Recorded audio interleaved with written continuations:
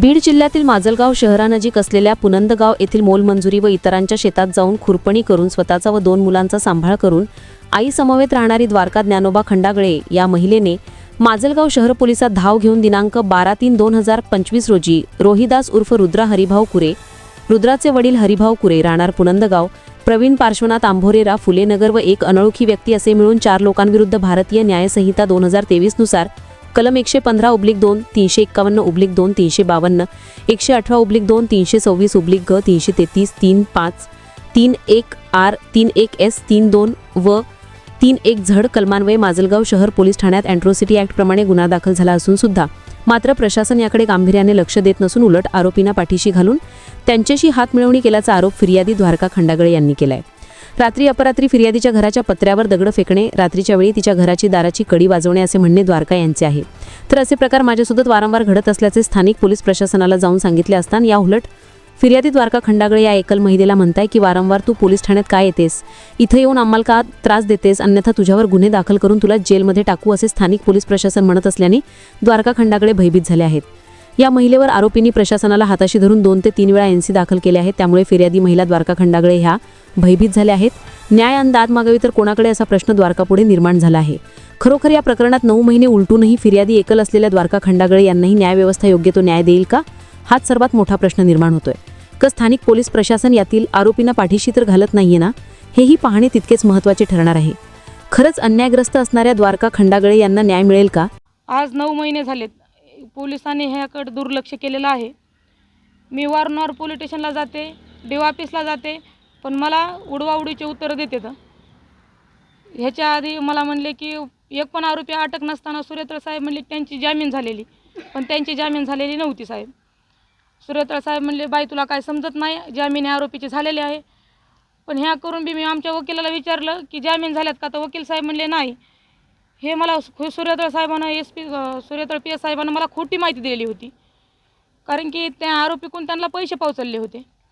त्यानंतर मी DO ऑफिसला आले, तिथं पण नामदास सरनं मला काय बोलू दिलं नाही। मला म्हणले तू काय आरोपी नाहीस, फिर्याजदार आहेस, तू काय एवढं महत्त्वाचं तुमची केस नाही, जे बोलते ते आरोपी तुम्ही कोर्टात बोला, आमच्याकडं काय नाही म्हणले काय बोलण्यासारखं। पुणे ज्याला बीडला गेले, मी बीडला पण सांगितलं साहेबांनी, नवनाथ साहेबांनी की तुम्ही अंबाजोगाईला जा। मी अंबाजोगाईला पण गेले, मॅडमला भेटले तर त्या म्हणल्या 3 महिन्यामध्ये चार्जशीट दाखल होईल।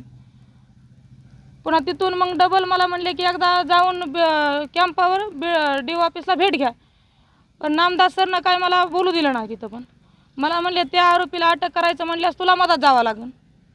हे सगळं जे झालं आहे ते खोटं आहे, पण असं काहीच नव्हतं सर। माझ्यासोबत जे अन्याय झाला आहे, मी व माझी आई और माझे 2 लेकरं असं आम्ही ते करून खातं सर। रानामध्ये जाऊन मी रानामध्ये रोज जाते सर। मला हे ना ह्याच्या आधी पण पार्श्वनाथ आंबोरे व रुद्रा कुरे ह्यांनी रस्त्यावर उभं राहून सर बेइज्जत करून टाकलं। मला समाजामध्ये तोंड पण नाही सर दाखवायला, तरी पण मी माझ्या लेकरासाठी जगते सर। आज पण ह्या अॅट्रॉसिटीमध्ये एवढा गंभीर आरोप बी असताना सर मला ब्लेडचे वारं केले, ते सगळी छाती फाटी होती माझी ब्लेडच्या वारानं।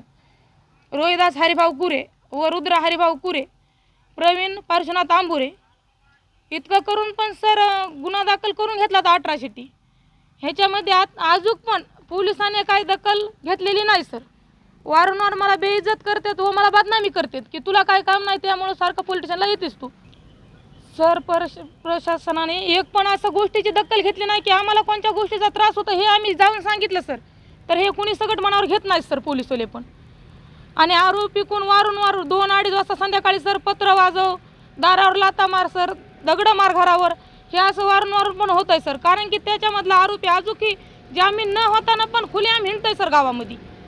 ते मला म्हणतं की पोलीसवाले माझं काहीच करू शकत नाहीत, पोलीसवाल्याला मी भरपूर पैसा दिलेला आहे, पोलीसवाला माझं काहीच करू शकत नाही। आणि सर खरोखर मी न्याय मागायला गेल्यानंतर सर मला असं आता कळत आहे की पोलीसवाले खरंच पैशावर गप बसलेले आहेत, की पोलीसवाल्याने मला आत्तापर्यंत सगळं सर विचारलं नाही की तुला काय त्रास आहे का म्हणून। आणि सर सांगायला गेल्याच्या नंतर ह्याच्यामध्ये कोणतेच पोलीसवाले, मी पोलीस स्टेशनला गेल्याच्या नंतर सर त्यांना फोन लावून बोलून घेतात पोलीस स्टेशनला की तुम्ही या म्हणून। मला तिथं सर दंडामुडपी करतात, वारंवार पोलीस स्टेशनला यायचं नाही म्हणून असे मला सर त्यांच्याकडून पोलिसाकडून धमकावं येण्यात येत आहे सर मला। सर अजून नाही, किती दिवस झाले? 25 रोजी सर गुन्हा दाखल झालेला आहे। चार्जशीट दाखल नाही सर। तुम्ही विचारपूस केली हो सर तपासी अंमलदाराला? विचारलं सर. अच्छा, तर नाहीच म्हणताय का तू? ते म्हणते तर अंबाजोगाईला तपासायला गेलं किंवा नाही होणार, होईनच दमखा. पण सर उडवाउडवीची- त्याचे उत्तर सर देते. अच्छा, मला सरकारकडून मदत एवढी पाहिजे की माझ्या जीवाला धोका त्यांच्यापासून आहे सर. मला त्या गावामध्ये राहण्यास भाग पडते सर. मला त्या गावामध्ये राहण्यासारखं ठेवलं नाही आहे ना कुणीच. वारंवार मला त्रास आहे सर आरोपीकडून. मी मागू तर कुणाला हे मागू सर न्याय, कारण की पोलीस ते सगळे त्यांच्याकडूनच असतील, तर मी न्याय कुणाला मागू सर. माझे 2 लेकरं व माझी आई, आम्ही इतके जण घरामध्ये करून खातो सर. मला माझे लेकरं शाळामध्ये पाठवायची पण भीती वाटते आता, की आरोपीच्या दारातून रस्ता आहे सर. आरोपीच्या दारातून सर कुत्र्यावर घालून, मांजरावर घालून सर माझ्यावर खोटा 353 सगळं सूर्यतर साहेबांना म्हणले म्हणून गुन्हा दाखल केला सर. का म्हणतं मला पाणी नाही दिलं सर त्यानं. मी पाणी मागायला टाकीला गेले असताना त्यानं माझे हंडे फेकून दिले सर.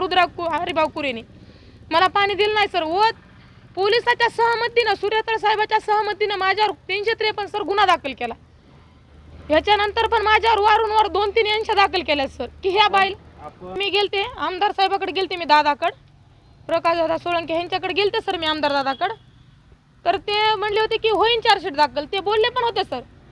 ते मला न्याय देण्याचे प्रयत्न करते सर, असं नाही की नाहीत म्हणून ना सर. मला न्याय पाहिजे सर. मी कोणचं पण दार म्हणलं ना कायद्याचं खटखटायचं तरी पण जायला तयार आहे सर मी. कारण की माझ्यासोबत अन्याय ना, अन्याय लय म्हणजे लय झालाय सर.